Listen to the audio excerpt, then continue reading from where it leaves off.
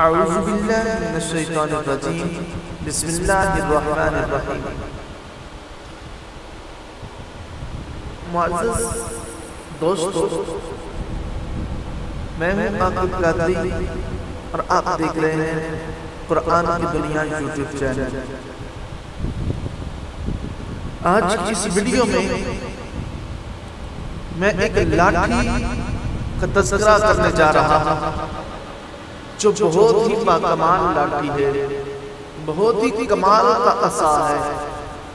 اس عصا کی حقیقت کیا ہے، اس کی تاریخ کیا ہے، یہ عصا کہاں سے آیا ہے، اس کی ساری ہسٹری کو آج اس میں ویڈیو میں بیان کروں گا۔ یہ بہت دلچسپ ہسٹری ہے، اس کی پوری ویڈیو آخر تک ضرور سنیے گا۔ اور ایک ریکویسٹ ہے کہ میرے چینل کو ابھی فوراً سبسکرائب کر اور بیل کے آئیکن کو پریس کر دیں تاکہ میری ہر آنے والی ویڈیو آپ کو فوراً مل جائے۔ آئیے چلتے ہیں آج کے ٹاپک کی جانب۔ یہ جو عصا ہے یہ حضرت موسیٰ علیہ السلام کی مقدس لاٹھی ہے جس کو عصائے موسیٰ کہتے ہیں۔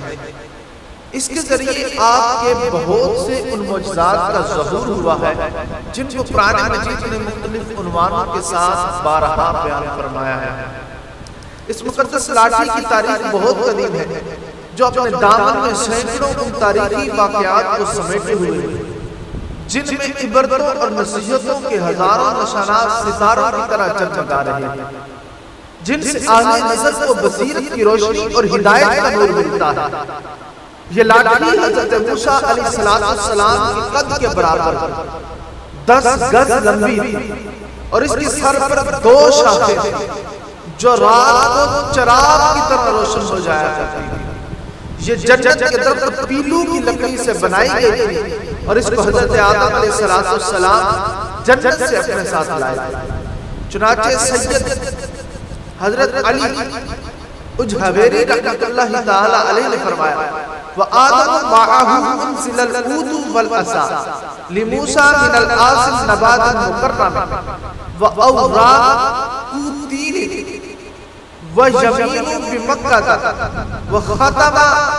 وَخَتَمُ سُلَيْمَانَ النَّبِيِّ الْمُعَظَّمِ، یعنی حضرت آدم علیہ السلام کے ساتھ عود حضرت موسیٰ علیہ السلام کا عصا جو عزت والی پیلو کی لکڑی کا تھا، انجیر کی پتیاں، حجر اسود جو مکہ معظمہ میں ہے، اور نبی معظم حضرت سلیمان علیہ السلام کی انگوٹھی، یہ 5 چیزیں جنت سے اتاری۔